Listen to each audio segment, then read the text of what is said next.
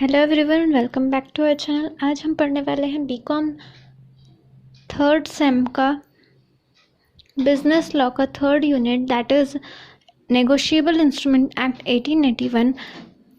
उसमें से हम पढ़ने वाले हैं पार्टीज़ टू नेगोशिएबल इंस्ट्रूमेंट। आज जानेंगे हम कि नेगोशिएबल इंस्ट्रूमेंट में कौन कौन सी पार्टीज़ इंक्लूडेड होती हैं।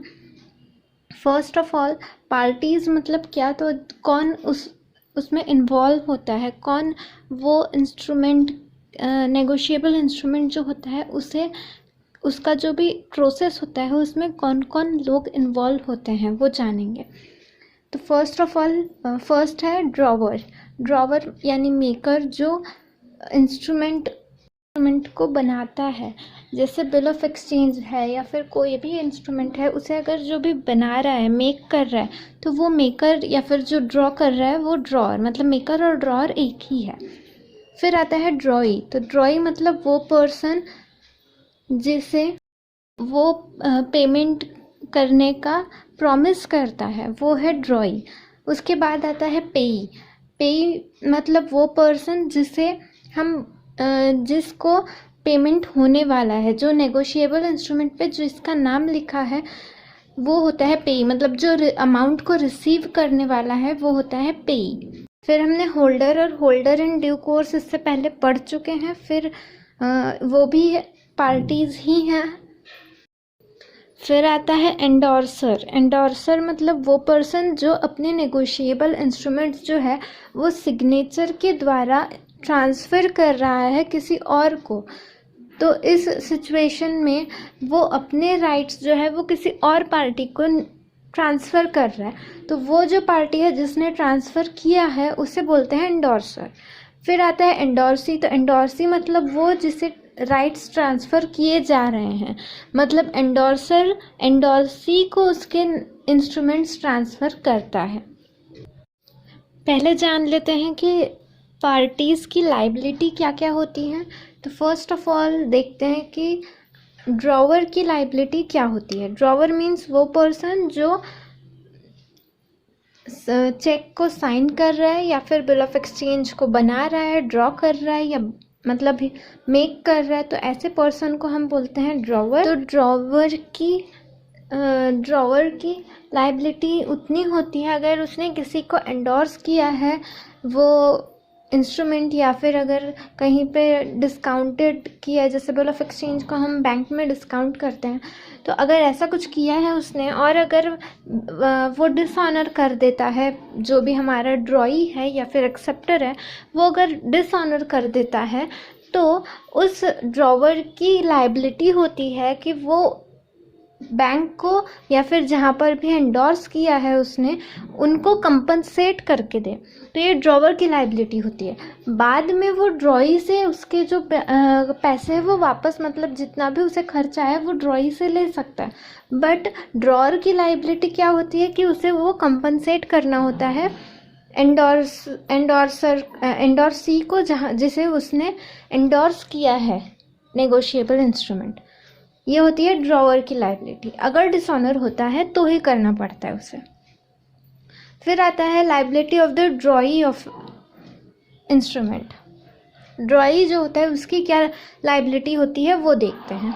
ड्रॉई की लाइबिलिटी उतनी होती है जितनी उस इंस्ट्रूमेंट पे उसका अमाउंट होता है, यानी उसे जितना पेमेंट उस इंस्ट्रूमेंट पे लिखा होता है उतनी ही उसकी लाइबिलिटी होती है। उसके आगे उसकी कोई भी लाइबिलिटी नहीं होती है। अगर वो डिसऑनर कर देता है, इन केस अगर उससे डिसऑनर हो जाता है तो उसे जो है ड्रॉवर को कंपनसेट करना पड़ता है। क्योंकि ड्रॉवर ने अगर कहीं पे एंडोर्स किया है तो ड्रॉवर को तो कंपनसेट करना पड़ रहा है एंडोर्सी को। तो यहाँ पर वो किससे लेगा? ड्रॉवर खुद के जेब से तो देगा नहीं, इसीलिए ड्रॉवर ड्रॉई से लेता है पैसे, जितने भी अगर उसे एक्स्ट्रा चार्जेस या फिर जो भी है वो लगे हों तो वो ड्रॉई से लेता है, और ये ड्रॉई की लाइबिलिटी होती है ड्रॉअर के टूवर्ड्स। फिर आता है liability of acceptor of bill and maker of note. Acceptor of bill and maker of note की लाइबिलिटी उतनी होती है जहाँ तक जितना भी बिल ऑफ एक्सचेंज की जो मैच्योरिटी दी गई है उससे पहले, मतलब मैच्योरिटी के तारीख तक उस अमाउंट को पे करने की लायबिलिटी होती है एक्सेप्टर की। और अगर मैच्योरिटी तक भी उसने पेमेंट नहीं किया है तो जब भी होल्डर डिमांड करता है तो उसके डिमांड पे उसको पेमेंट करना, ये लायबिलिटी होती है एक्सेप्टर की। फिर आता है लायबिलिटी ऑफ एंडोर्सर। एंडोर्सर मतलब कौन? एंडोर्सर मतलब वो पर्सन जो अपने नेगोशिएबल इंस्ट्रूमेंट जो है वो किसी और पर्सन को एंडोर्स करके खुद का जो इंस्ट्रूमेंट है वो ट्रांसफ़र कर रहा है, इंस्ट्रूमेंट के जो राइट्स हैं वो ट्रांसफ़र कर रहा है। तो उसकी लायबिलिटी कितनी होती है, क्या होती है, वो देखते हैं। तो एंडोर्सर की, जैसे कि हमने ड्रॉअर केस में देखे थे कि अगर उसने एंडोर्स किया है तो उसकी लायबिलिटी क्या होती है, ये हमने पहले ही देख चुके हैं। तो वही एंडोर्सर की लायबिलिटी होती है कि एंडोर्स जिसको भी वो कर रहा है तो उससे अगर वो इंस्ट्रूमेंट डिसऑनर हो जाता है तो उसकी जो भी कंपनसेशन है वो उसे एंडोर्सी को करने पड़ते हैं, मतलब कंपनसेशन जो है वो एंडोर्सर ही करेगा। तो इसीलिए एंडोर्सर की ये लायबिलिटी होती है। बट अगर उसने पहले से ही इसके विरोध में, इसके अपोज में कुछ कॉन्ट्रैक्ट करके रखा है कि नहीं ऐसा हम कंपनसेशन नहीं देंगे अगर डिसऑनर हुआ भी, तो फिर कंपनसेशन नहीं करे तो भी चलता है। इसके साथ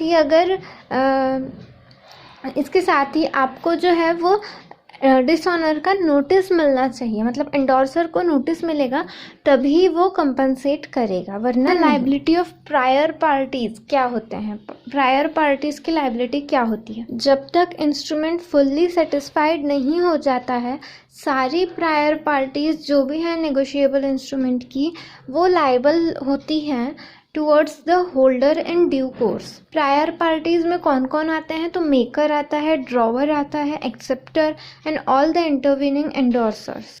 और उनकी जो लायबिलिटी होती है, मतलब सारों की जो लायबिलिटी होती है, अभी हमने जो देखे मेकर, ड्रॉवर, एक्सेप्टर और इंटरवीनिंग एंडोर्सर्स, इन सारों की लायबिलिटी जो होती है towards holder in due course वो होती है जॉइंट एंड सेवरल। अगर डिसऑनर होता है तो होल्डर इन ड्यू कोर्स जो है वो डिक्लेयर कर सकता है कि वो सारे प्रायर पार्टीज़ को लायबल करे या किसी एक को भी लायबल करे for the amount, for receiving the amount. तो ये थे पार्टीज़ टू नेगोशिएबल इंस्ट्रूमेंट और उनकी लायबिलिटीज़। अगर आपको इसमें कोई भी डाउट हो तो आप कमेंट सेक्शन में पूछ सकते हो। अगर आपको कोई और टॉपिक चाहिए जिस पे आपको वीडियोस चाहिए तो वो अगर आपको चाहिए हो तो उसके लिए भी आप कमेंट सेक्शन में कमेंट कर सकते हो। अगर आपको वीडियो हेल्पफुल लगा हो तो वीडियो को लाइक करना, चैनल को सब्सक्राइब करना। Thank you so much.